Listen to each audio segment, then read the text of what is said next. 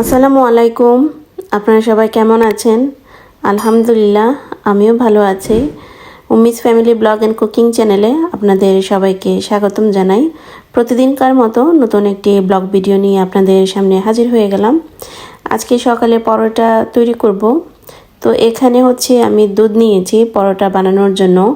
আমরা সাধারণত পরোটাতে পানি ব্যবহার করি, তো আমি ভাবলাম যে আজকে একটু দুধ দিয়ে লিকুইড দুধ দিয়ে পরোটা তৈরি করব। এটা কিন্তু খেতেও অনেক বেশি মজা লাগে।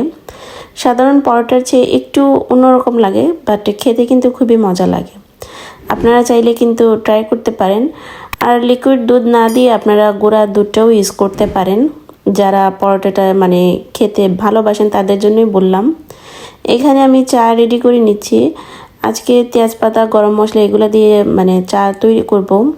যেহেতু অনেক ঠান্ডা আর গলাটাও বসে গিয়েছে, তো ভাবলাম সকাল সকাল গরম চা আর পরোটা দিয়েই আমাদের নাস্তাটা হয়ে যাবে। তার জন্য এখানে চার প্রিপারেশন নিচ্ছি। আসলে এভাবে চা করলে খেতেও কিন্তু অনেক বেশি মজা লাগে। আমি প্রায় মাঝে মাঝে করি, সব সময় তার করা হয় না। এখানে হচ্ছে আমাদের নাস্তাটাও রেডি হয়ে গেছে সকালের জন্য। এই যে আমাদের চা আর পরোটা, এটা দুজনের জন্যই। তো সেই সাথে সকালের নাস্তা দুজনে একসাথে করে নিব। কার কাছে কোন ঋতু ভালো লাগে আমাকে একটু কমেন্ট করে জানাবেন। আমি ইটালিতে আসার পর এখানে প্রায় আমি শীতের সিজনটাই বেশি পাই। গরম থাকে মাত্র 3 মাস, কিন্তু আমার কাছে মনে হয় এত শীত বা এত গরম আমার কাছে ভালো লাগে না। আমার কাছে নাতিশীতোষ্ণ যে আবহাওয়াটা বা যে দিনটা, সেটাই আমার কাছে ভালো লাগে। এত গরম নিজের জন্য ভালো না, আর এত ঠান্ডাও হচ্ছে ভালো না। কেমন জানি শরীরটা খারাপ হয়ে যায় মাঝে মধ্যে। বেশি গরম বা বেশি ঠান্ডায় দেখবেন বাচ্চাদের বা বড়দেরই কিন্তু মাঝে মাঝে শরীরটা খারাপ হয়ে যায়। এখানে বৃষ্টি হচ্ছে আজকে, বললাম না যে আবহাওয়াটা একটু অন্যরকম। আর বৃষ্টির জন্য রাস্তাঘাট একদম পুরাই ভিজে গেছে। তো আবহাওয়া তো ঠান্ডা, তার জন্য রান্না করব হচ্ছে আজকে গরুর মাংস। তো গরুর মাংস এখানে কষা কষা করে রান্না করে নিচ্ছি। আজকে হচ্ছে পবিত্র শবে বরাত। এই শবে বরাতকে ঘিরে আমাদের নানা ধরনের আয়োজন হয়ে থাকে বাসায়। তো আজকে বাংলাদেশি শবে বরাত উদযাপন করা হবে। আমি এখানে কালকে করে নিয়েছি। তো আজকে বাংলাদেশে শবে বরাত সবাই উদযাপন করবে, এক কাতারে সবাই নামাজ পড়বে। এই দিনটি আসলে খুবই মিস করি। এখন তো আর ওইভাবে আগের মতো শবে বরাত উদযাপন করা হয় না। আমরা যখন ছোট ছিলাম তখন নানাভাবে শবে বরাত আমরা উদযাপন করতাম। এখন সবই স্মৃতি আসলে। এখানে কিছু আপুদের ভিডিও দেখে নিচ্ছি।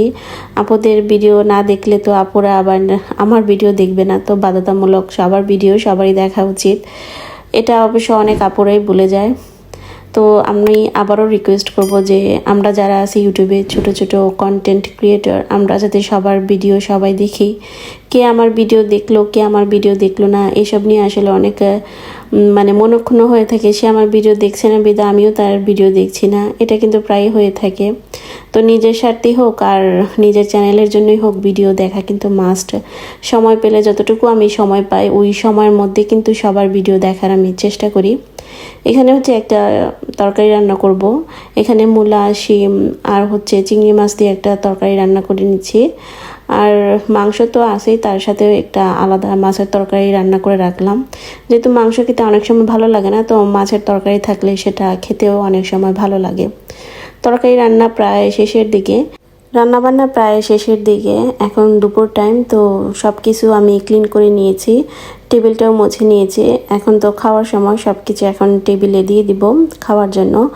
আর দুপুরের আগে মনে করেন যে একটা হিমশিম খেয়ে যায়, যে সকাল থেকে একদম দুপুর পর্যন্ত কী রান্না হবে, কি হবে, কিভাবে ঘর গুছাবো, সব কিছু নিয়ে মনে হয় সব গৃহিণীদের একটা টেনশন থাকে। শুধু আমার না, সব গৃহিণীদেরই কিন্তু টেনশন থাকে।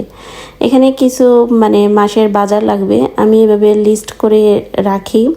রাখার পর হচ্ছে আমি ওই লিস্ট অনুযায়ী কিন্তু আমি বাজার করি, না হলে কি আমি ভুলে যাই। আর রাতে দেখেন যে কি সুন্দর একটা চাঁদ উঠেছে। চাঁদটা দেখতেও আসলে মাশাআল্লাহ বলতে হবে। আমার মোবাইলে হয়তো বা এতটা স্পষ্ট আসছে না, কিন্তু আমি যখন বেলকনিতে দাঁড়িয়েছিলাম কি বলবো, এত সুন্দর লাগতেছিল, যার জন্যই ক্যাপচার করেছিলাম। কিন্তু যেভাবে ভাবছিলাম যে চাঁদটা দেখা যাবে, কিন্তু ওইভাবে আর দেখা যায়নি, একটু ঝাপসা হয়ে গেছে। আমার এই ভিডিওটা যদি আপনাদের ভালো লাগে তাহলে অবশ্যই লাইক কমেন্ট করবেন। চ্যানেলে নতুন হয়ে থাকলে চ্যানেলটা সাবস্ক্রাইব করবেন, পাশে থাকা বেল বাটনটা বাজিয়ে দিবেন পরবর্তী নোটিফিকেশন পাওয়ার জন্য। আর কথা বলতে বলতে ভিডিওর প্রায় শেষ পর্যায়ে চলে এসেছি। সবাই ভালো থাকুন, সুস্থ থাকুন, আল্লাহ হাফেজ।